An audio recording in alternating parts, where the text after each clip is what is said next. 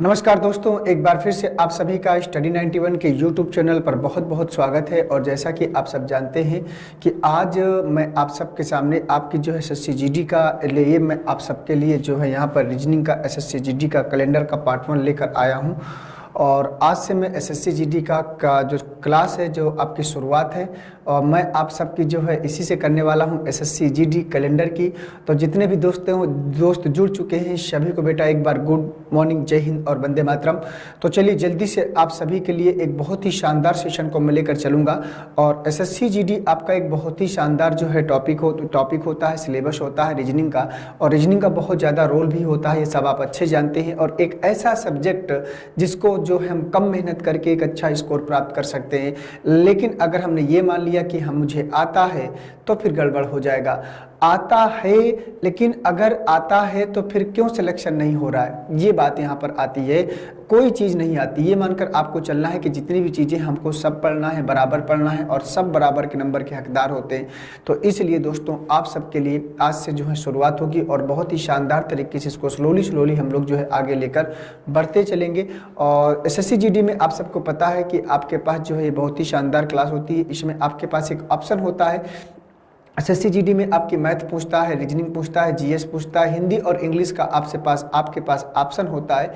और उसमें total SSC GD में 100 क्वेश्चन आते हैं, ये बात आप सबको पता है। और इसमें 1/4 की माइनस मार्किंग भी होती है। 100 क्वेश्चन में 25 आपकी हिंदी आती है, 25 रीजनिंग आती है, 25 मैथ आती है और 25 जीएस आती है। लेकिन मैंने आपको बताया कि हिंदी और इंग्लिश में आपके पास ऑप्शन होता है कि अगर आपकी हिंदी अच्छी है तो आप जो है उन 25 क्वेश्चन जो हिंदी के कर सकते हैं। अगर आपकी इंग्लिश अच्छी है तो आप 25 क्वेश्चन इंग्लिश के कर सकते हैं। बस इतनी सी बात आप सबको ध्यान देना है। और इसी तरीके से हम लोग जो है इस पेड कोर्स को आगे लेकर बढ़ते चलेंगे। तो चलिए दोस्तों, एसएससी जीडी का आप सब देख पा रहे हैं कि reasoning SSC GD calendar part 1, और इसको हम लोग जो है क्या करेंगे आगे जो है इसी प्रकार से लेकर बढ़ते चलेंगे। तो दोस्तों जल्दी से आप लोग कमर कस लो, और आज की इस क्लास को हम शानदार तरीके से आगे क्या करने वाले हैं, प्रोसीड करने वाले हैं, और बहुत ही विधिवत तरीके से इसको हम लोग जो है आगे लेकर बढ़ेंगे। तो कैलेंडर की अगर बात करें तो पहले हम कैलेंडर के इतिहास के बारे में थोड़ा सा जानने का प्रयास करेंगे, और मैं आपको धीरे धीरे वहां तक लेकर चलूंगा। तो कैलेंडर देखिए, कैलेंडर के क्वेश्चनों की अगर बात करें तो एसएससी जीडी में कैलेंडर पूछता है, और कैलेंडर के जो प्रश्न है उनको जो है एक एक स्टेप में लेकर क्या करना है, आगे बढ़ते हुए चलना है। तो दोस्तों चलिए शुरुआत करते हैं कैलेंडर की, और एक बार जो है बात करते हैं और देखते हैं कि यहाँ पर कैसे कैसे चीजें होती हैं। तो देखिए कैलेंडर की अगर हम लोग बात करें तो इसको जो है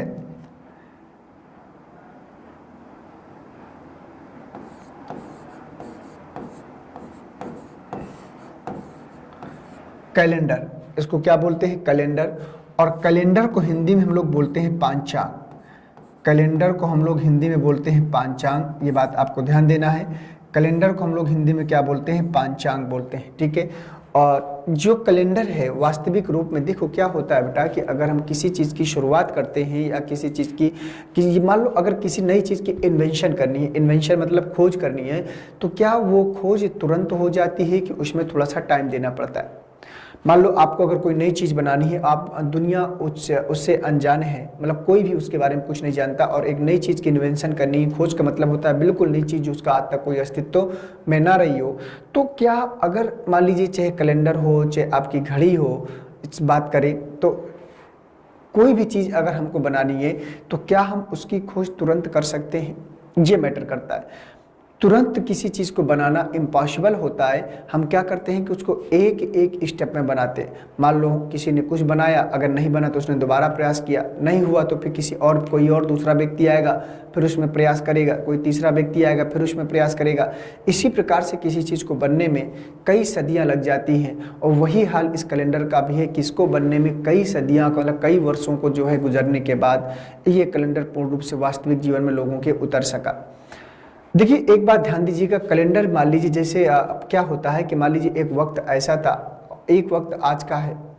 आज हमारे आपके पास हर चीज़ अवेलेबल है। आप कह सकते हैं कि हम ऐसे समय पे जन्म लिए हैं कि हमारे सामने हर चीज़ है, हर चीज़ की सुख सुविधाएं हैं। हमारे पास मोबाइल है, कैलेंडर है, घड़ी है, कई चीज़ें हैं। लेकिन एक वक्त ऐसा था कि लोगों के पास कुछ नहीं था, सिर्फ नेचर था। आज देखो लोगों के पास उस समय नेचर था, आज हम लोगों के पास नेचर नहीं है लेकिन सब कुछ है। तो अगर हमने कुछ पाया तो एक बहुत बड़ी चीज़ खो दी है, और जो शायद उसको पाना इम्पॉसिबल नज़र आ रहा है। जिस हिसाब से साइंस आगे बढ़ रहा है, लोग उस हिसाब से एडवांस होते जा रहे हैं, तो उस नेचर को, उस प्राकृतिक को गोद में जाना एक बहुत ही इम्पॉसिबल सा काम लग रहा है। और एक दिन इसका खामियाजा हमें भी भुगतना पड़ेगा। अगर हमारी जनरेशन नहीं भुगतेगी तो आगे की जनरेशन भुगतेगी, लेकिन किसी न किसी को इस जनरेशन में भुगतना ही पड़ेगा। तो आज वही चीज़ है, क्योंकि मेरा ऐसा मानना है कि अगर देखा जाए तो साइंस प्रकृति का स्थान नहीं ले सकती।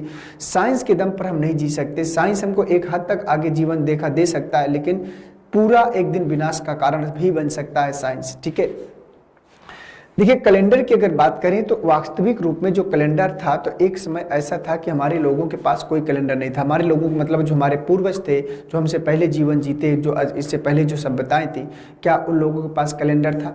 क्या उन लोगों के पास घड़ी थी? नहीं थी। लेकिन तब भी वो लोग जीते थे।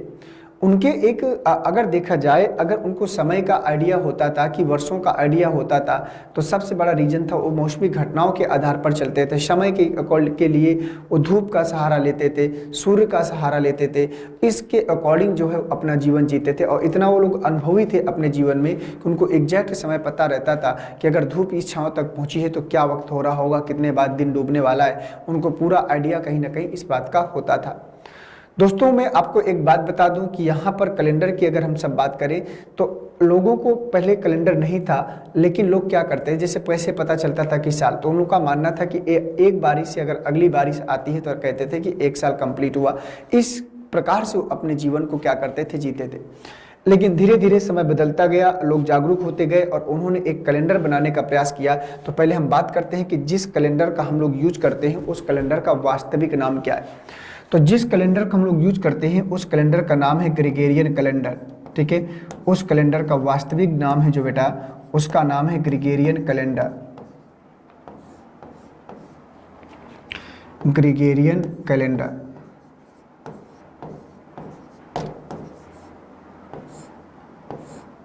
ठीक है, ये हो गया ग्रेगोरियन कैलेंडर। और मैं आपको बता दूं कि जो ग्रेगोरियन कैलेंडर है एकमात्र एक ही ऐसा कैलेंडर है जिसको पूरे विश्व में अंतर्राष्ट्रीय कैलेंडर के रूप में जाना जाता है। ग्रेगोरियन कैलेंडर एकमात्र ऐसा कैलेंडर है जिसको पूरे विश्व में अंतर्राष्ट्रीय कैलेंडर के रूप में क्या किया जाता है, जाना जाता है। ये बात आपको ध्यान रखनी है। और ग्रेगोरियन कैलेंडर की अगर बात किया जाए तो एकमात्र अगर कैलेंडर, जैसे प्रश्न जीएस में कई बार पूछ लेता है कि किस कैलेंडर को अंतर्राष्ट्रीय कैलेंडर के रूप में जाना जाता है, तो हमारा आपका जवाब होगा कि ग्रेगोरियन कैलेंडर को अंतर्राष्ट्रीय कैलेंडर के रूप में क्या किया जाता है, जाना जाता है। दूसरी बात, अगर मान लो ये कैलेंडर बना है तो इसका कोई ना कोई बनाने वाला भी होगा, तो उनका क्या नाम था, पहले उनकी बात कर लेते हैं।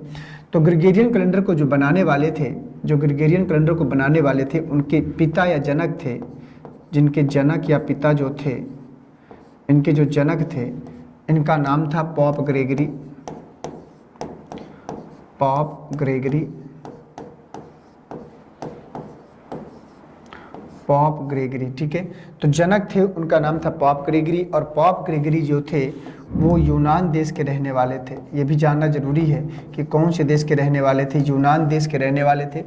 और कहा जाता है कि उस समय के 13वें नंबर के पॉप थे।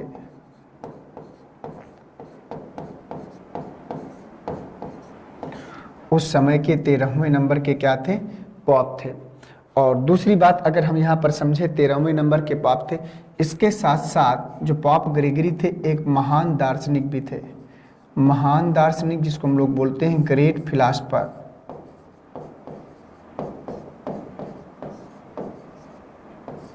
महान दार्शनिक। ठीक है, ये हुआ। अब आपको लग रहा होगा, अब मैंने यहाँ पर बताया, अगर आपसे प्रश्न पूछता है कि किस कैलेंडर को अंतर्राष्ट्रीय कैलेंडर का दर्जा प्राप्त है, तो आपको बताना है कि ग्रेगोरियन कैलेंडर को अंतर्राष्ट्रीय कैलेंडर का दर्जा प्राप्त है। किस कैलेंडर को अंतर्राष्ट्रीय कैलेंडर के रूप में जाना जाता है, तो ग्रेगोरियन कैलेंडर को जाना जाता है। पूरे विश्व में एकमात्र एक ऐसा कैलेंडर है जिसको एक ही ग्रेगोरियन कैलेंडर, जिसको पूरा विश्व यूज करता है, पूरे विश्व के लिए कॉमन कैलेंडर है। देखो ऐसा नहीं है कि आपके पास कैलेंडर, अभी मैं उसके बारे में बात करूंगा।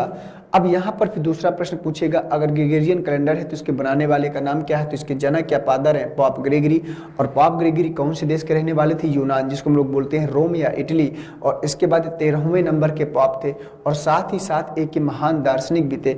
दार्शनिक का मतलब होता है ग्रेट फिलोसफर। अब फिलोसफर का मतलब क्या होता है? क्या है ये फिलोसफर? आप लोग आमतौर की भाषा में बोल देते हैं कि ज़्यादा फिलोसफी मत झाड़ो, इसका मतलब होता है कि ज़्यादा विद्वान मत बनो। तो ये वाकई में एक विद्वान व्यक्ति थे, फिलोसफर थे। ये बात आपको ध्यान देना है कि पॉप ग्रेगरी कोई साधारण व्यक्ति नहीं था, एक बहुत ही विद्वान व्यक्ति था, ठीक है। और साथ ही साथ पॉप भी थे। पॉप का मतलब क्या होता है मैं आपको बता दूं।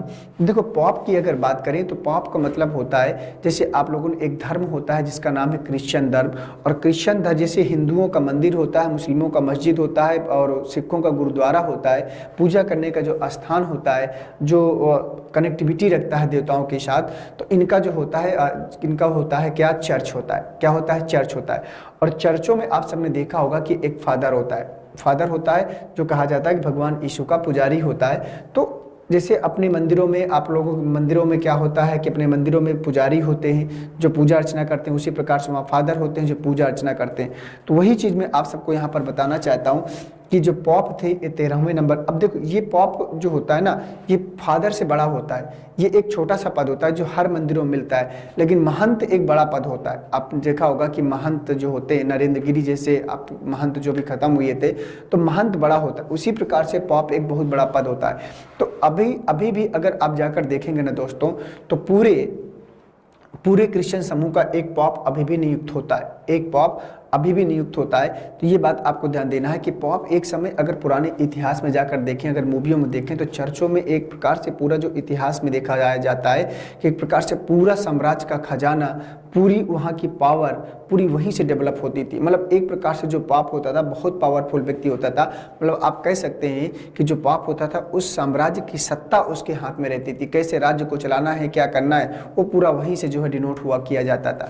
तो यहाँ से हमने देखा कि जो पॉप थे, जो ये पॉप थे, तो पॉप ने क्या किया था कि यहाँ पर इस पॉप थे, तो ये उस समय यूनान के 13 नंबर के पॉप थे, ठीक है। और जिनके हाथों में सत्ता अभी भी, अगर आप जो है जाकर सर्च करेंगे तो अभी भी कोई ना कोई पॉप नियुक्त किया जाता है। अब वास्तविक रूप में देखो कैलेंडर की अगर हम सब बात करें, तो ये ग्रेगोरियन कैलेंडर की अगर बात करें तो यही कैलेंडर ही क्यों, जिस प्रकार से कैलेंडर पूरे विश्व में आदान प्रदान का जरिया है, लोगों के आवागमन का जरिया है। जैसे एक कॉमन लैंग्वेज है, कॉमन लैंग्वेज हमारी क्या है? इंग्लिश। कहीं भी अगर हम जाएं, अगर इंग्लिश पता है तो हम कहीं भी जाकर सर्वाइव कर सकते हैं, हमें कोई दिक्कत नहीं है आसानी से उस लैंग्वेज को बोलकर, क्योंकि वहाँ इंग्लिश को जानने वाले हर देश में लोग रहते हैं। लेकिन क्या हिंदी को जानने वाले हर देश में लोग रहते हैं? तो आप कहोगे बिल्कुल नहीं। समझ में आ रही बात ना? तो यही चीज़ मैं कहना चाह रहा हूँ कि जिस प्रकार से इंग्लिश एक पूरी विश्व का कॉमन लैंग्वेज बन चुका है, उसी प्रकार से ये जो ग्रेगोरियन कैलेंडर है पूरे विश्व का एक कॉमन कैलेंडर बन चुका है, ठीक है। और वास्तविक रूप में इस कैलेंडर का भी एक अपना इतिहास रहा है। तो हम लोग आगे इसको धीरे धीरे स्टेप में बात, देखो हर देश का एक अपना अलग अलग कैलेंडर होता है। हमारे भारत की अगर बात करें तो हमारे भारत का एकमात्र ही ऐसा कैलेंडर नहीं है कि हमारा राष्ट्रीय पंचांग नहीं है। भारत ने इसको स्वीकार जरूर किया है, लेकिन ये राष्ट्रीय पंचांग हमारा बिल्कुल नहीं है। राष्ट्रीय पंचांग हमारा क्या है बताओ? भारत का राष्ट्रीय पंचांग मतलब राष्ट्रीय कैलेंडर क्या है? क्या ग्रेगोरियन कैलेंडर है? आप कहोगे नहीं।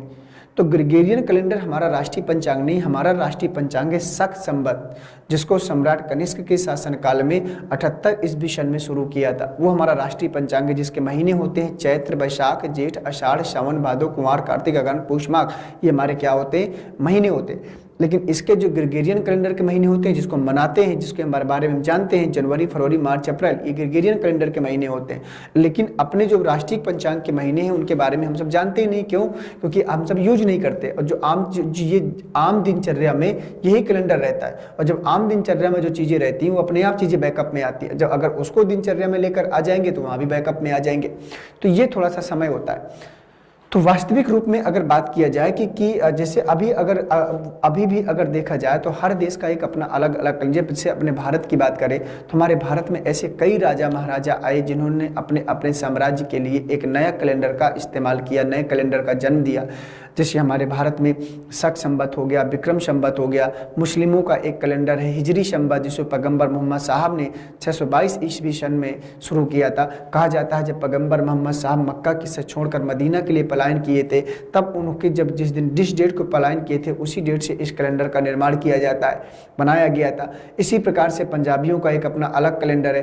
तो मतलब हर साम्राज्य में अगर अभी भी विकिपीडिया में जाकर देखेंगे तो कहा जाता है कि कम से कम 38 कैलेंडर अभी भी पूरे विश्व में कहीं ना कहीं प्रचलन में है, जो लोग उनको यूज कर रहे हैं अपने अपने देशों में। लेकिन मुख्य कैलेंडर पूरे विश्व का एकमात्र कैलेंडर है जो अंतर्राष्ट्रीय कैलेंडर का दर्जा पा सका, और वो आपके सामने है ग्रेगोरियन कैलेंडर। अब सवाल ये बनता है कि सर अगर पूरे विश्व में इतने ढेर सारे कैलेंडर थे तो यही कैलेंडर ही क्यों पूरे विश्व में फेमस हो सका? ये सबसे बड़ा मुद्दा है। तो देखिए एक रीजन सबसे बड़ा ये होता है कि इस कैलेंडर को फेमस होने का रीजन ये था कि मान लीजिए सबसे ज़्यादा देखा जाए, सबसे अगर देखा जाए तो इंग्लिश ही क्यों, उसका इतना जाकर ये लोग प्रचार प्रसार कर दिए हैं इंग्लिश का कि मजबूरी में लोगों को सीखना पड़ गया। देखो जैसे अगर बात किया जाए तो आपको पता है कि जो अंग्रेज थे उन्होंने समथिंग हर देश में शासन किया है। ये बात हम सब जानते हैं कि जो अंग्रेज थे उन्होंने समथिंग जाकर हर देश में शासन किया, और जहाँ जहाँ उन्होंने शासन किया वहाँ पर उन्होंने क्या किया कि इस कैलेंडर को जो है लागू करा दिया, जैसे इंग्लिश को लागू करा दिया। अब मान लो जैसे बात किया जाए इंग्लिश की बात करें, एक वक्त था, आप लोगों ने कहावत सुनी होगी कि एक वक्त था कि ब्रिटेन का सूर्य कभी भी अस्त नहीं होता था, अब तो अस्त होता है। अब वो वक्त था कि कभी भी अस्त नहीं होता था, इसका मतलब आप लोग क्या समझते हैं कि क्या ब्रिटेन में कभी रात्रि नहीं होती है? नहीं, ऐसा नहीं है, रात्रि तो भाई सब जगह होती है। एक देखिए इसका मतलब ये है कि ब्रिटेन ने, अंग्रेजों ने ज़्यादातर देशों में शासन किया है, चाहे वो आपका भारत हो, चाहे वो आपका श्रीलंका हो, चाहे नेपाल हो, चाहे जापान हो, चाहे चाइना हो, चाहे अमेरिका हो, उन्होंने समथिंग हर देश में शासन किया है, व्यापार किया है। तो ये इराक हो, ईरान हो, अफगानिस्तान हो, हर जगह उन्होंने बिजनेस किया है और हर जगह शासन किया है। बस अंतर ये है कि कहीं ना कहीं से उन लोगों ने, बहुत से देश ऐसे हैं जो जल्दी आज़ाद हो गए और बहुत से देश ऐसे हैं जिनको आज़ाद होने में टाइम लगा, जैसे अपना भारत है, उसको भी आज़ाद होने में बहुत लंबा वक्त लग गया था। तो वही सब चीज़ें, अमेरिका बहुत जल्दी अपने आप को आज़ाद कर लिया था, ये सारी चीज़ें। तो कहा जाता है कि जब अंग्रेज़ों ने इस कैलेंडर को अपनाया था, जैसे अंग्रेजी की बात करें तो जो ये लोग क्या किए थे, अंग्रेजों ने क्या किया, जैसे अपने भारत से एग्जाम्पल में उठाता हूँ कि जब अंग्रेज भारत में आए थे तो उन्होंने क्या किया था, जो भी सरकारी कार्य की जो भाषा थी उन्होंने लैंग्वेज कर दी थी। अगर कोई भी कार्य होना है सरकारी तो इंग्लिश लैंग्वेज में ही होता था, और अगर इंग्लिश लैंग्वेज आपको नहीं आती है तो आपको प्रॉब्लम होती थी, क्योंकि भाई अचानक कोई दूसरी भाषा आ जाएगी और उसको हमें पढ़ना पड़ जाए तो वहाँ पर कहीं ना कहीं प्रॉब्लम आ जाती है। तो वही चीज़ मैं आपको बता रहा हूँ कि जो इंग्लिश लैंग्वेज है वो क्या थी, लोगों को दिक्कत कर रही थी। लेकिन जब हर कार्य में इंग्लिश ही आ रही थी तो लोगों ने उसको पढ़ना शुरू कर दिया और धीरे धीरे उसको जो है बैकअप में लेकर आ गए। ठीक है, इसलिए पूरे विश्व में जहाँ जहाँ ये लोग गए वहाँ इन्होंने इंग्लिश का प्रचार किया, लोगों को थोप दिया अपनी भाषा को, और लोग आज उसको सीख गए। तो इसका मतलब धीरे धीरे क्या होगी, पूरे विश्व में इस भाषा का प्रचार प्रसार होने के कारण ये पूरे विश्व में एक कॉमन लैंग्वेज बन गई, जो लोगों के आदान प्रदान का जरिया बनी। और इधर अगर हम दूसरी बात करें कि जैसे मान लीजिए कैलेंडर की बात करें तो यही हाल कैलेंडर का भी हुआ था। तो कहा जाता है कि अंग्रेजों ने इस कैलेंडर को 1752 ईस्वी में स्वीकार कर लिया था। कहा जाता है कि अंग्रेजों ने इस कैलेंडर को 1752 ईस्वी सन में इसको क्या किया था, स्वीकार कर लिया था। और जब 1752 ईस्वी सन में अंग्रेजों ने इस कैलेंडर को स्वीकार कर लिया तो इन्होंने अपने देश के सिवा जहाँ पर ये शासन कर रहे थे, जिन जिन राष्ट्रों पर, जिन जिन देशों पर इनका शासन व्यवस्था चल रही थी, वहाँ पर भी उन्होंने सरकारी कार्यों के जो भी कार्य होते थे इस कैलेंडर के अकॉर्डिंग होते थे, इस नियम के अनुसार, इस डेट के अनुसार, इस महीने के अनुसार होते थे। तो लोगों को धीरे धीरे इस कैलेंडर के बारे में पता चला और लोगों ने जीवन में अपने इसको धीरे धीरे क्या कर लिया, उतार लिया, और आज धीरे धीरे पूरे विश्व में एक कॉमन कैलेंडर का दर्जा या कॉमन कैलेंडर बन गया है, जो कहीं पर भी किसी देश में, अगर मान लीजिए आपको किसी देश में जाना है तो इसी कैलेंडर की डेट दी जाती है, आपको दूसरे कैलेंडर की डेट नहीं दी जाती है। ठीक है, तो ये सब चीज़ें थी जो आपको सोचना था। तो मैंने कहा कि 1752 ईस्वी में जब इस कैलेंडर को स्वीकार किया तो कहा जाता है अंग्रेजों ने पूरे विश्व में इसको जो है लागू कर दिया, जहाँ जहाँ पर वो शासन कर रहे थे, और तब से जाकर आज तक ये कैलेंडर जो है धीरे धीरे एक इतनी प्रगति कर गया कि पूरे विश्व का एक कॉमन कैलेंडर बन गया। लेकिन अब वास्तविक रूप में हमें ये बात करना है कि इस कैलेंडर का निर्माण कैसे हुआ। क्या तुरंत पाप ग्रेगरी आए होंगे और इस कैलेंडर को बना दिया गया होगा? तो आज देखो एक बात, जैसे ग्रेगरी इनका नाम है और इस कैलेंडर का नाम है ग्रेगोरियन। तो एक बात यहाँ पर समझ में आ रही कि इनके नाम के कारण ही इस कैलेंडर का नाम पड़ गया है ग्रेगोरियन कैलेंडर। जैसे इनका नाम था ग्रेगरी तो कैलेंडर का नाम रख दिया ग्रेगोरियन कैलेंडर, मतलब ग्रेगरी के द्वारा बनाया गया। देखिए, अगर दूसरी बात आप सबको ये ध्यान देनी है कि सबसे पहले अगर बात करें तो सबसे जो प्राचीन कैलेंडर था हमारे ईरान में, ये भारत का कैलेंडर नहीं है, शुरुआत अपने ही देश से लोग किए थे। अगर प्राचीन कैलेंडर की बात करें तो कहा जाता है कि सबसे प्राचीन कैलेंडर 308 दिनों का था। 308 दिनों का सबसे प्राचीन कैलेंडर 308 दिनों का था। 308 नहीं, 304 दिनों का।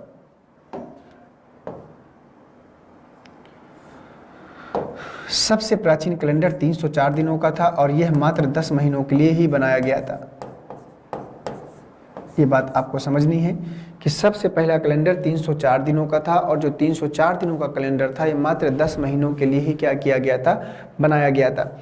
लेकिन धीरे धीरे क्या हुआ, अगर यहाँ पर बात करें कि धीरे धीरे क्या हुआ कि अब ये कैलेंडर 304 दिनों का 10 महीनों के लिए बनाया गया, लेकिन यहाँ पर कुछ ना कुछ गलतियाँ, लोग क्या किए, इस कैलेंडर को काफ़ी दिनों तक प्रयोग करते रहे, यूज करते रहे। ठीक है, लोगों ने क्या किया कि इस कैलेंडर का काफ़ी दिनों तक यूज किया और प्रयोग किया, लेकिन धीरे धीरे कई शताब्दियाँ बीत गई, कई वर्ष बीत गए, तब जाकर उनको इस बात का आभास हुआ कि नहीं, इस कैलेंडर में क्या है, गलतियाँ हैं।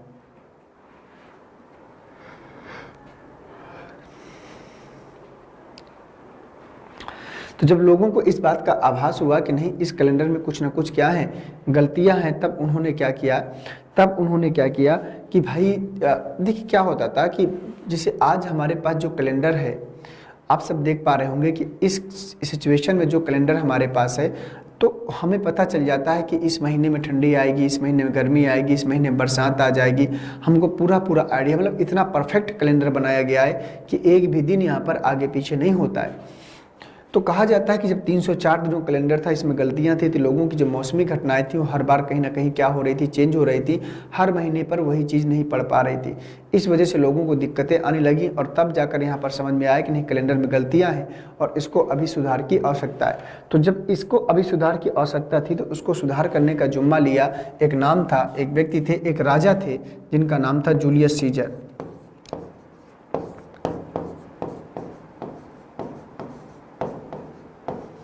Julius Caesar. अब जूलियस सीजर ने क्या किया इस कैलेंडर को बनाया। ठीक है, जूलियस सीजर ने क्या किया, इस कैलेंडर को बनाया। ठीक है, और जूलियस सीजर ने जब इस कैलेंडर को बनाने का जिम्मा लिया तो उन्होंने 304 दिनों के कैलेंडर में 66 दिन क्या किया, और जोड़ दिया। जब 66 दिन और जोड़ दिया तो 6 4 10, तो 370 दिनों का कैलेंडर कर दिया। ठीक है, मतलब 304 दिन के कैलेंडर को जूलियस सीजर ने 370 दिनों का कर दिया और इस 370 दिनों के कैलेंडर को 12 महीनों में डिवाइड कर दिया। 12 महीनों में क्या कर दिया, डिवाइड कर दिया। 3 से 70 दिन के कैलेंडर को 12 महीनों में क्या कर दिया, डिवाइड कर दिया। ये बात आप सबको समझ में आई होगी। अब देखो, पहले कैलेंडर था 304 दिनों का, अब कैलेंडर है 370 दिनों का, लेकिन अब पहले की अपेक्षा काफ़ी हद तक जूलियस सीजर ने इस कैलेंडर को सही कर दिया, क्योंकि अब हमारा जो कैलेंडर प्रेजेंट टाइम में है वो 365 या 66 दिन का है और ये है 370 दिनों का। मतलब ये पर ये आइडिया लग सकता है कि अब कैलेंडर कहीं ना कहीं हमारा पूर्ण रूप से क्या है, सही बन गया है। अब कहीं ना कहीं कैलेंडर पूर्ण रूप से क्या है, सही बन गया, लेकिन कुछ ना कुछ खामियां हैं अभी। अब जो जूलियस सीजर के द्वारा बनाई, देखो जूलियस सीजर जो थे ये भी यूनान के ही रहने वाले थे, मैं आपको बता दूं, रोम का राजा था ये भी, साधारण व्यक्ति ये भी नहीं थे, एक सम्राट थे और बहुत विद्वान सम्राट थे। ठीक है, अब जिन्होंने एक नए कैलेंडर का निर्माण किया तो विद्वान तो रही होंगे, तो 370 दिनों के कैलेंडर को उन्होंने 12 महीनों में क्या कर दिया, बांट दिया। और जो जूलियस सीजर के जो कैलेंडर बनाया तो इसका एक नामकरण भी हुआ। अब इसका जो नाम था वो नाम था जूलियट कैलेंडर। क्या नाम था, जूलियट या जूलियस, आपको कुछ भी मिल सकता है, इसका नाम था जूलियट कैलेंडर।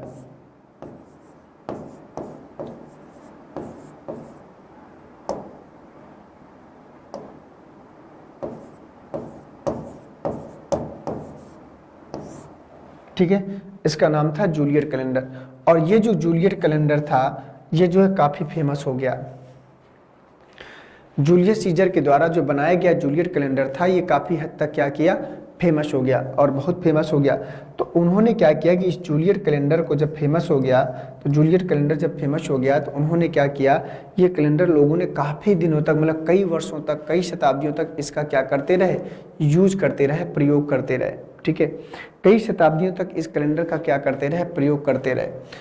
अब तब जाकर लोगों को पता चला कई वर्षों के बाद कि नहीं, अभी भी इस कैलेंडर में कमियां हैं। कहा जाता है कि जब इसके बाद समथिंग, कहा जाता है कि जूलियस सीजर के द्वारा जो बनाया गया कैलेंडर था, लोगों को बहुत दिनों बाद आभास हुआ था। कई शताब्दियां बीत गई थी, 1000, 2, 1500 शताब्दी समथिंग बीत गई थी।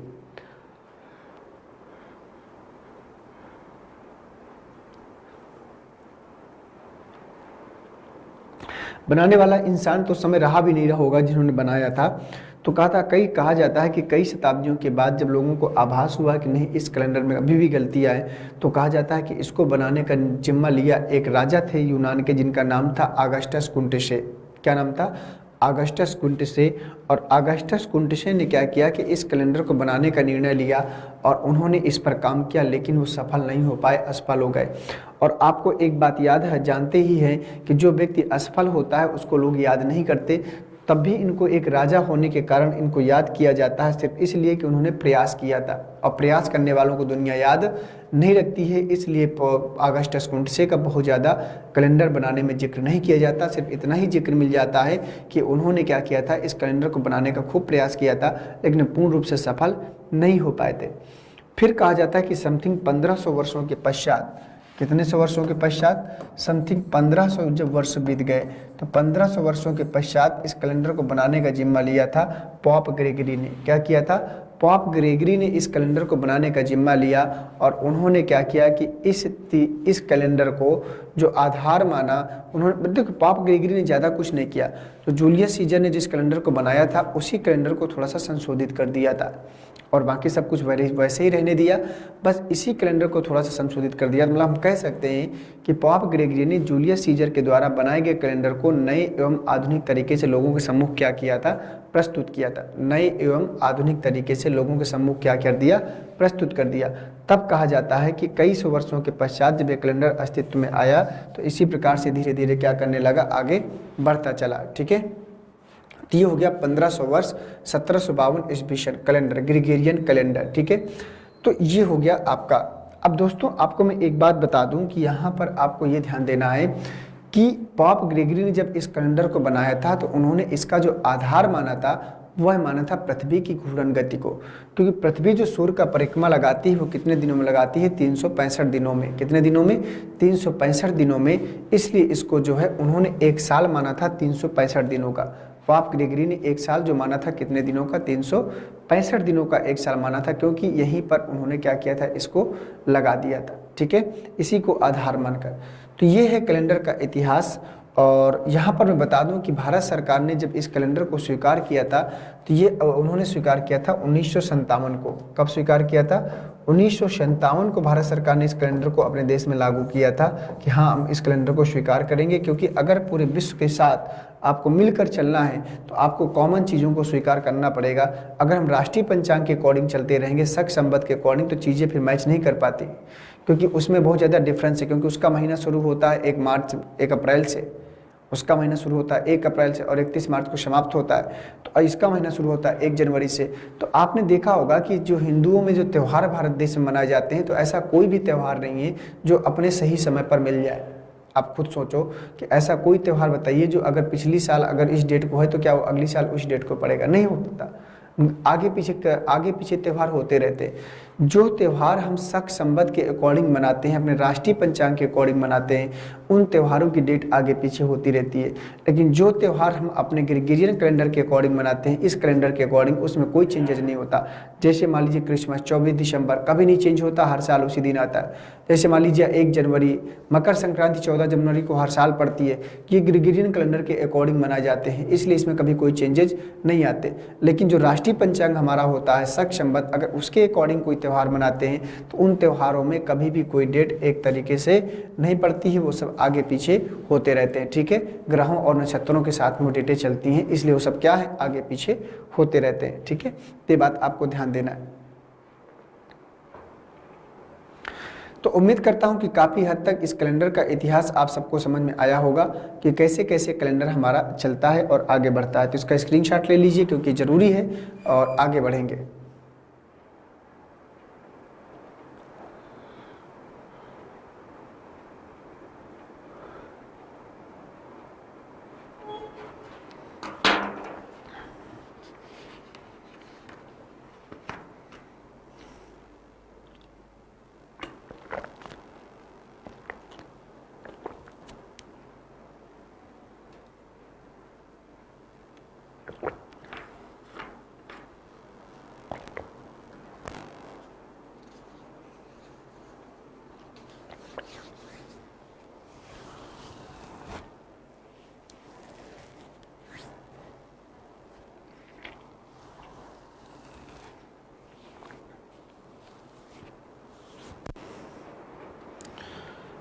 आइए चलते हैं आगे। ठीक है, ये बात मैंने इतनी बातें आप सबको बढ़िया से बता दी है। अब आगे क्या करना है थोड़ा सा उसकी बात करते हैं। ठीक है, अब दोस्तों देखो यहाँ पर जो कैलेंडर का इतिहास था, कैसे कैसे कैलेंडर का डेवलपमेंट हुआ, मैंने बता दिया कि 1957 को इस कैलेंडर को स्वीकार किया गया था। एक बात आपको और याद रखनी कि ये जो कैलेंडर हमारा है ये मात्र 3323 वर्षों के लिए बनाया गया है। 3323 वर्षों के लिए ही बनाया गया है और जैसे ही 3323 वर्ष हो जाएंगे इस कैलेंडर का अस्तित्व क्या हो जाएगा, समाप्त हो जाएगा। इस कैलेंडर का अस्तित्व क्या हो जाएगा, समाप्त हो जाएगा। ये बात आपको ध्यान देना है। और इस कैलेंडर जो होता है ये 400 वर्षों के बाद क्या कर जाता है, रिपीट कर जाता है। ये इंपॉर्टेंट बातें हैं, इसलिए मैं आपको लिखा रहा हूँ कि जो कैलेंडर होता है हमारा ये 400 वर्षों में क्या कर जाता है, रिपीट कर जाता है। मतलब जैसे ही 400 वर्ष होते हैं तो हूबहू ये कैलेंडर फिर से क्या करता है, रिपीट करता है। मुख्य रूप से कैलेंडर हमारा 400 वर्षों का ही बना है और जैसे ही 400 शताब्दियाँ कंप्लीट होती हैं तो जैसे 5वीं शताब्दी आती है कैलेंडर फिर से पहली का क्या करता है, रिपीट कर जाता है। तो क्या हमने बताया कि ये कैलेंडर 3323 वर्षों के लिए बनाया गया है और 400 वर्षों के पश्चात इस कैलेंडर की क्या होती है, पुनरावृत्ति होती है। इस कैलेंडर को बनाने वाले पॉप ग्रेगरी हैं और ये कहाँ के रहने वाले थे, यूनान देश के रहने वाले थे।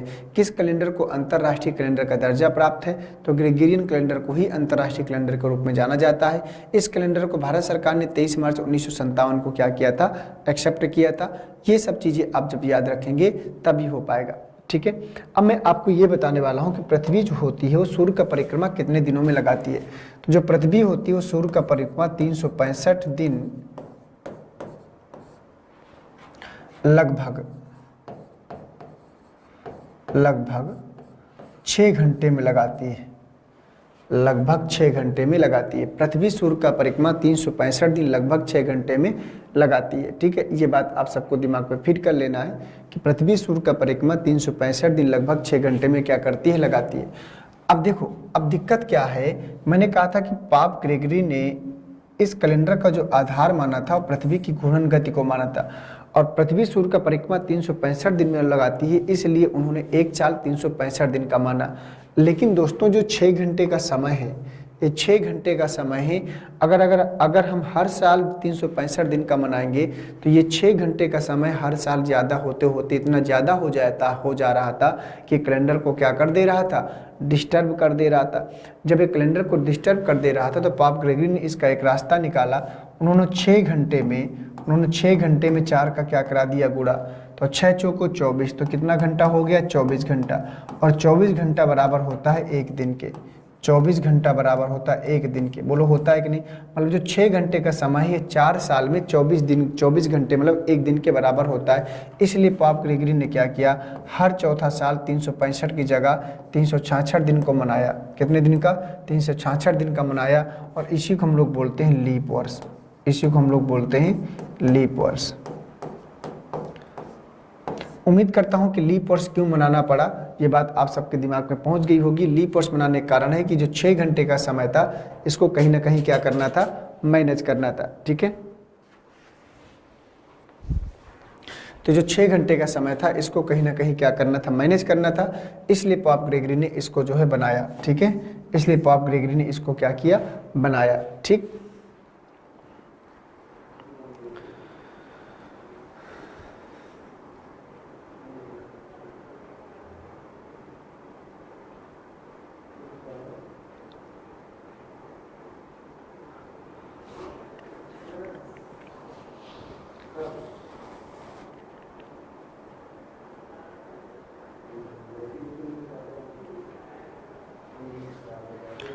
तो चलिए देखते हैं। अब मैं आपको ये बताना चाह रहा हूँ कि जो 6 घंटे का समय होता है, ये एग्जैक्ट समय क्या होता है। लगभग के रूप में 6 घंटे बोला जाता है, तो जो एग्जैक्ट समय होता है 5 घंटे 48 मिनट 5 घंटे 48 मिनट 45 सेकेंड और 51 नैनो सेकेंड।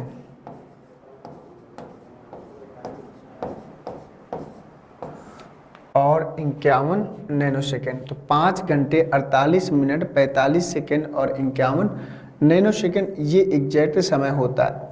ये एग्जैक्ट समय होता है 5 घंटे 48 मिनट 45 सेकेंड 51 नैनो सेकेंड का समय होता है। इसी को लगभग के रूप में 6 घंटे मान लिया जाता है। लेकिन अगर दोस्तों ध्यान से देखें तो लगभग के रूप में इसको 6 घंटे तो मान लिया जाता है, लेकिन इसको कहीं ना कहीं हम क्या करते हैं, ज़्यादा मान लेते हैं। इसको कहीं ना कहीं 5 घंटे 48 मिनट को हम 6 घंटा मान लेते हैं। तो समथिंग देखा जाए, ये 45 सेकेंड है, तो 45 सेकेंड है, तो मतलब समथिंग देखा जाए तो 48 साढ़े 11 मिनट के आसपास का समय जो होगा उसको ज़्यादा ले लिया जाता है, इसको जो है 6 घंटा मानने में, ठीक है, एक दिन बनाने में। इसलिए यहाँ पर भी कैलेंडर डिस्टर्ब होता है, उसकी बात हम लोग जो है अगले स्टेप में करेंगे।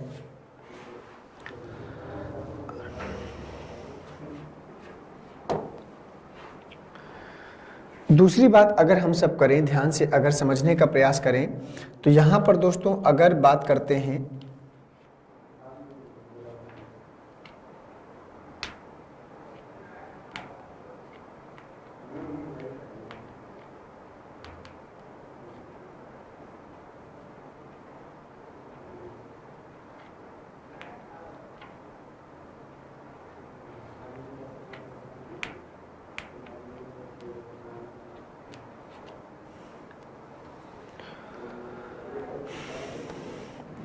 अब देखो यहाँ पर जैसे मैंने कहा था कि कैलेंडर को कितने भागों में पॉप कैटेगरी ने बांटा था, तो कैलेंडर को 2 भागों में पॉप कैटेगरी ने बांटा था। कितने भागों में? 2 भागों में। और वो 2 भाग कौन कौन से हैं? पहला है आपका साधारण वर्ष,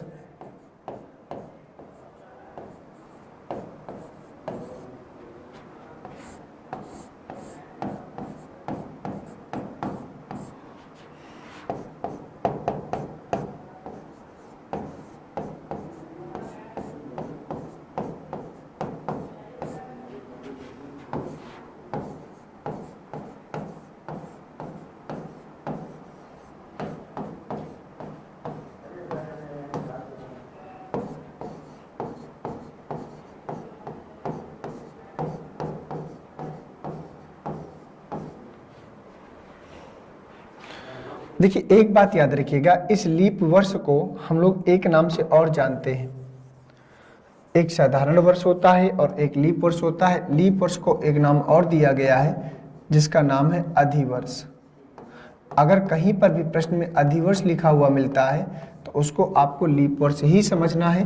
मैं आपको ये बात पहले से बता देता हूं।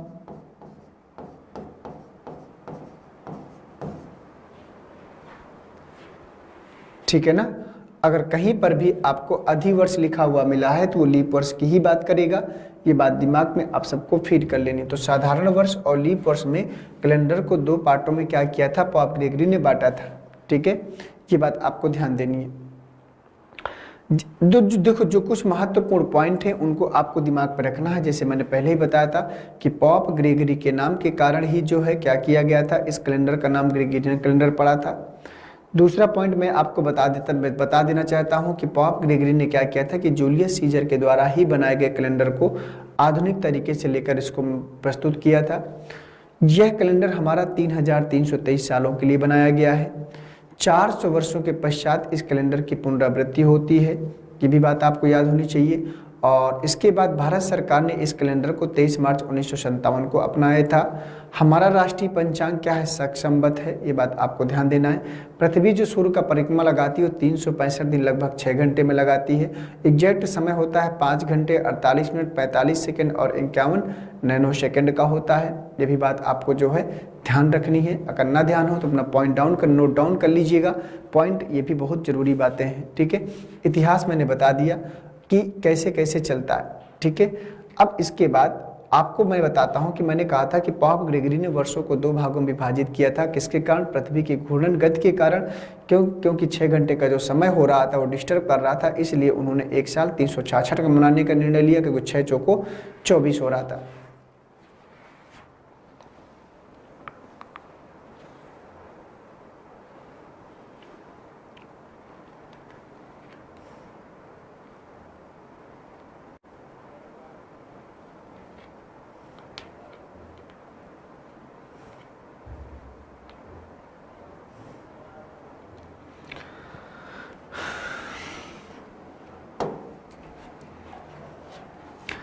अब बात करते हैं कि साधारण वर्ष क्या होता है। अब धीरे धीरे आगे बढ़ते चलेंगे।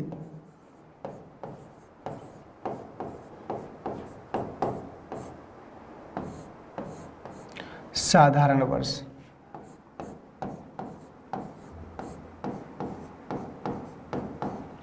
वे वर्ष जो 4 से पूर्णतः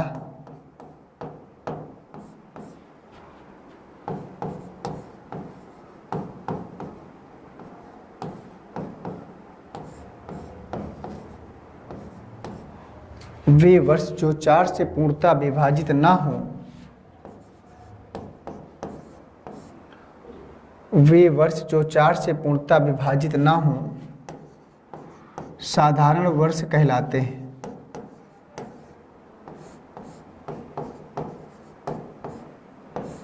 साधारण वर्ष कहलाते हैं।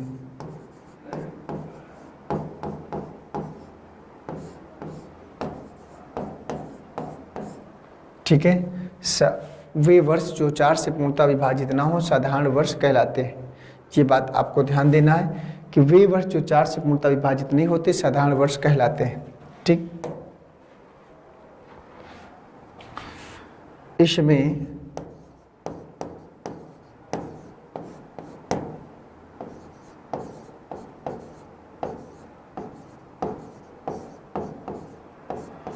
तीन 365 दिन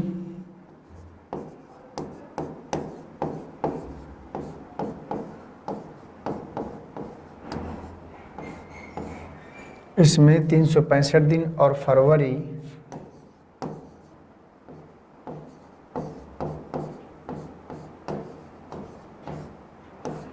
28 दिन की होती है।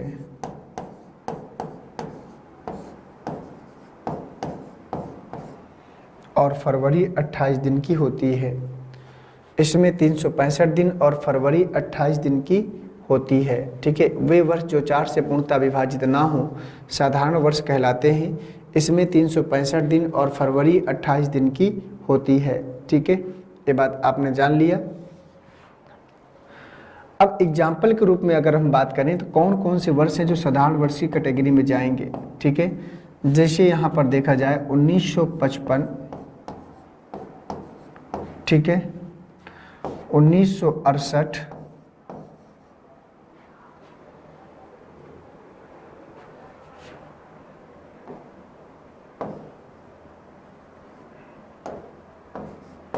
1967,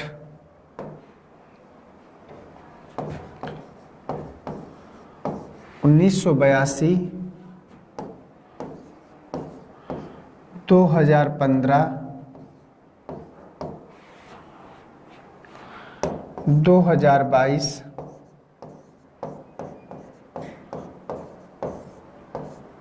इत्यादि।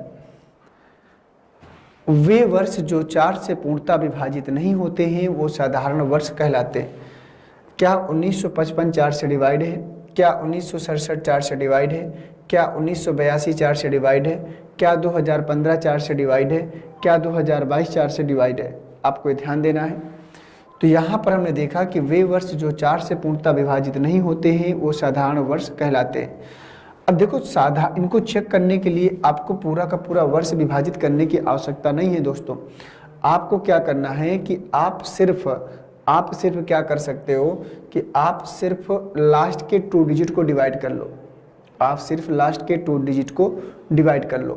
55 को 4 से डिवाइड किया 55 को 4 से डिवाइड किया, तो क्या 55 4 से डिवाइड, क्योंकि 4 की भाज्यता का नियम क्या कहता है कि अगर इकाई और दहाई का अंक अगर 4 से पूर्णतः डिवाइड है तो सारी की सारी संख्या 4 से क्या होती है, डिवाइड होती है। तो 55 को 4 से डिवाइड किया, 67 को 4 से डिवाइड किया, नहीं हुआ। 82 को 4 से डिवाइड किया, नहीं हुआ। 15 को 4 से डिवाइड किया, नहीं हुआ। 22 को 4 से डिवाइड किया, नहीं हुआ। अगर नहीं हो रहा है तो सारे के सारे वर्ष क्या कहलाएंगे, साधारण वर्ष कहलाएंगे। डिफिनीशन आपको याद रखेंगे, क्योंकि यहाँ से प्रश्न पूछता है कि निम्नलिखित वर्षों में से कौन सा वर्ष साधारण वर्ष नहीं है। आगे मैं एक प्रश्न जनरेट करूंगा। अब यहाँ पर एक साधारण वर्ष बराबर होता क्या है, पहले वो भी जान लेते हैं। एक साधारण वर्ष में होते हैं कितने दिन, 365 दिन। तो एक साधारण वर्ष बराबर होगा, एक साधारण वर्ष बराबर होता है, एक साधारण वर्ष बराबर होता है 52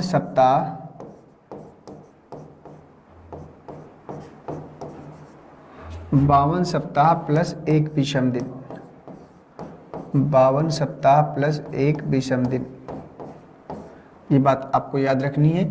ये हो गई साधारण वर्ष की डिफिनीशन, ठीक है, जो मैंने आप सबके सामने लिखा है। अगर आप कॉपी और पेन लेकर बैठे हैं तो इनको लिखते चलिएगा, क्योंकि आगे काम आएंगे। क्योंकि बार बार अगर नोट्स अब देखो, आप यहाँ पर पेड कोर्स में आए हो, तो पेड कोर्स में आए हो तो आपको सारी चीज़ें बहुत डिटेल से पढ़ाई जाएंगी और बढ़िया से परफेक्ट करके आपको भेजा जाएगा। ये मेरा आप सबसे वादा है। तो मैं कोशिश करूँगा कि 25 में से 23-24 क्वेश्चन आपके आराम से मिल जाए। लेकिन इसके लिए मेरे साथ में आपको देखो 25 की 25 नहीं कह सकता कि नहीं मैं 25 में से 25 दिला दूंगा। मुझे जो है बहुत ज़्यादा बोलचाल बढ़ा चढ़ा कर बोलना अच्छा नहीं लगता है। मैं सब वास्तविकता में जीने का प्रयास करता हूँ। तो 23-24 क्वेश्चन यहाँ से किए जा सकते हैं। 22 तो लड़का आराम से पहुँच जाता है, 21-22 लेकिन 23-24 भी आप कर सकते हो। तो मान लो 21-22 में तो कोई संदेह नहीं है, अगर आप मेहनत करते रहोगे तो 21-22 आराम से कर सकते हैं। भाई देखो 2-4 प्रश्न गलत होना तो स्वाभाविक सी बात है, गलत हो जाते हैं। लेकिन अगर सिलेक्शन होना होगा तो आपके 23-24 आराम से पहुंच जाएंगे। 22-23-24 22-23-24 आराम से आपके वहां पर स्कोर पहुंच जाएगा, ठीक है। तो ये बात हो गई। तो यहाँ पर जो आपका बनेगा, एक साधारण वर्ष में होता है 52 सप्ताह और प्लस एक विषम दिन। 52 सप्ताह प्लस एक विषम दिन, क्लियर। तो वे वर्ष जो 4 से पूर्णतः विभाजित ना हो साधारण वर्ष कहलाते हैं, ठीक है। इसमें 365 दिन और फरवरी 28 दिन की होती है। 1955, 1967, 1982, 2015, 2022 इत्यादि। एक साधारण वर्ष बराबर होता है 52 सप्ताह प्लस एक विषम दिन। एक साधारण वर्ष बराबर होता है 52 सप्ताह और प्लस एक विषम दिन, ठीक है। अब मैं आपसे एक प्रश्न पूछता हूँ और उस प्रश्न का जवाब देना है।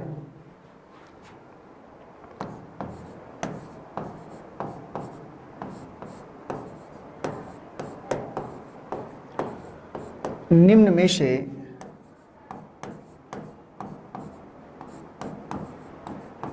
कौन सा एक वर्ष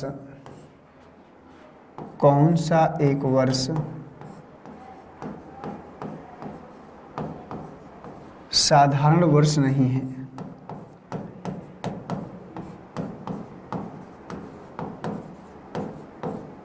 ठीक है, निम्न में से कौन सा एक वर्ष साधारण वर्ष नहीं है, ये बात आपको ध्यान देना था कि निम्न में से कौन सा एक वर्ष साधारण वर्ष नहीं है। अब मैं यहाँ पर ऑप्शन बना देता हूँ।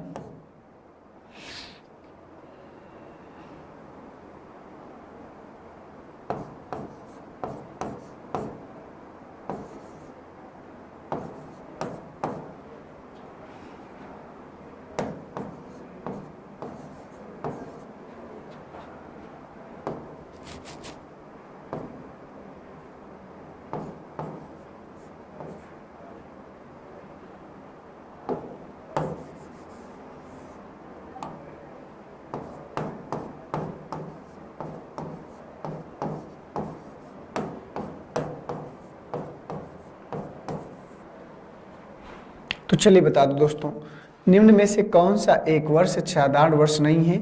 Option A B C D आपके पास 4 ऑप्शन हैं और इन चारों में से कौन सी बात सत्य है और कौन सी असत्य है, ये आपको चूज करना है और बताना है कि इस प्रश्न का सही जवाब क्या होगा। निम्न में से कौन सा एक वर्ष साधारण वर्ष नहीं है। तो यहाँ पर अगर ध्यान से देखें हम सब, तो मैंने 4 की विभाज्यता का नियम जस्ट अभी आपको बताया है कि वे वर्ष जो 4 से पूर्णतः विभाजित नहीं होते हैं साधारण वर्ष कहलाते हैं। तो 78, अब ये भी मैंने बताया था कि अगर इकाई और दहाई का अंक 4 से पूर्णतः विभाजित होता है तो संख्या पूरी 4 से विभाजित होती है। तो 78, 4 1 9 4, 3 4 8 32, 4 9 36 नहीं कटेगा, 4 दूनी 8, 86 भी नहीं कटेगा, 4 दूनी 8, 4 3 12 ये कटेगा, 4 दूनी 8, 416 ये भी नहीं कटेगा। तो 1992 4 से डिवाइड है। अगर 1992 4 से डिवाइड है तो इसका मतलब ये हुआ कि ये साधारण वर्ष की कैटेगरी में नहीं जाएगा। ठीक है, अगर 1992 4 से डिवाइड है तो इसका मतलब ये हुआ कि ये साधारण वर्ष की कैटेगरी में नहीं जाएगा। ठीक है, ये बात आपको ध्यान देनी थी। तो 1992 एक साधारण वर्ष नहीं है। अगर ये 4 से डिवाइड है तो कहाँ चला जाएगा, लीप ईयर में चला जाएगा, और लीप ईयर की भी हमने बात नहीं किया। तो ये बात आपको ध्यान, निम्न में से कौन सा एक वर्ष साधारण वर्ष नहीं है, तो 1978, 1986, 1992, 1998। तो 1992 एक साधारण वर्ष की कैटेगरी से क्या करेगा, बाहर चला जाएगा। ठीक है, उम्मीद करता हूँ कि बात आप सबको बढ़िया से समझ में आ गई होगी। अब इसी प्रकार से आप सबको जो है अब बात करनी है कि लीप वर्ष क्या होता है। तो लीप वर्ष और साधारण वर्ष दोनों अलग अलग बातें। लीप वर्ष मैंने बताया था कि लीप वर्ष हर 4 साल में आता है, हर 4 साल में, क्योंकि 4 का गुणा कराया गया था वहाँ पर 300, उस किस में 6 में अगर हम 4 से गुणा कराते हैं तो वहाँ पर 24 बनता था, और 24 एक दिन के बराबर होता था। तो ये हो गया आपका प्रश्न। ठीक है, अब बात करते हैं लीप वर्ष की। लीप वर्ष क्या होता है।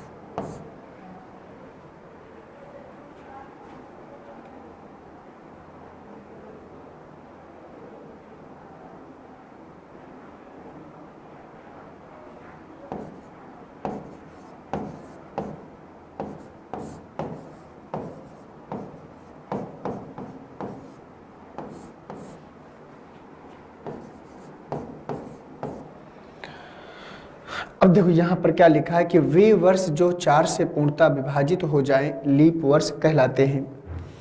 वे वर्ष जो 4 से पूर्णतः विभाजित हो जाएं लीप वर्ष कहलाते हैं। क्लियर, तो मतलब वे ऐसे वर्ष जो 4 से विभाजित होंगे लीप वर्ष कहलाएंगे। ठीक है, अब आगे चलें। इसमें 366 दिन, इसमें 366 दिन और फरवरी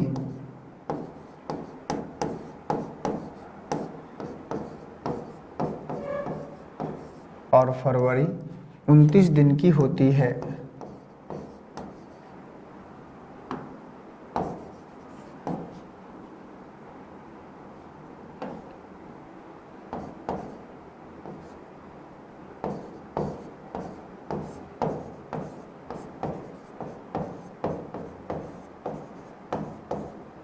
ठीक है, और फरवरी 29 दिन की होती है। तो एक लीप वर्ष बराबर होता है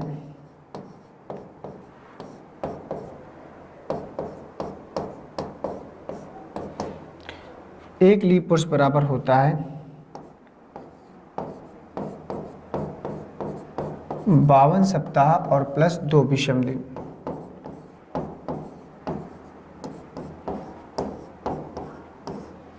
ठीक है, 52 सप्ताह और प्लस 2 विषम दिन। ठीक है, ये बात आपको दिमाग पे फीड कर लेनी है। दोस्तों, जैसा कि मैंने आप सबको बताया था कि लीप वर्ष को हम लोग जो है एक और नाम से जानते हैं जिसका नाम है अधिवर्ष। अगर अधिवर्ष भी यहाँ पर लिखकर आ जाए तो आपको घबराना नहीं है, वो लीप वर्ष की ही बात करता है। किसकी बात करता है, लीप वर्ष की ही बात करता है, ठीक है। तो वहाँ पर क्या होता था, एक साधारण वर्ष में होता था 52 सप्ताह 1 विषम दिन, और यहाँ पर 52 सप्ताह 2 विषम दिन। विषम दिन क्या है इसको मैं आगे डिटेल से बताऊंगा, लेकिन अभी थोड़ा सा आपको इसके लिए थोड़ा सा वेट करना पड़ेगा, ठीक है। तो चलिए दोस्तों, आज की क्लास को यहीं कंप्लीट करेंगे और कल हम लोग जो है थोड़ा सा एग्जाम्पल को लेकर बात करेंगे। अभी कैलेंडर थोड़ा सा समय लगेगा, अभी तो मैंने आज आपको कैलेंडर की सिर्फ न्यू डाली है, बेस बताने का प्रयास किया है कैलेंडर का कैसे जन्म हुआ, क्या हुआ, क्योंकि ये जानना बहुत ही अनिवार्य था। ये सब बताने के बाद मैंने आपको आज बताया कि साधारण वर्ष क्या होता है, लीप वर्ष क्या होता है। इसके बाद कल हम सेंचुरी ईयर की बात करेंगे और आगे के जो बहुत इंपॉर्टेंट पॉइंट है, तो धीरे धीरे कैलेंडर को इतना विधिवत तरीके से पढ़ा दूंगा ना कि दोबारा फिर आपको मुड़ने की आवश्यकता नहीं पड़ेगी, ठीक है दोस्तों। थैंक यू आप सभी को। जय हिंद, वंदे मातरम। मिलते हैं नेक्स्ट क्लास में।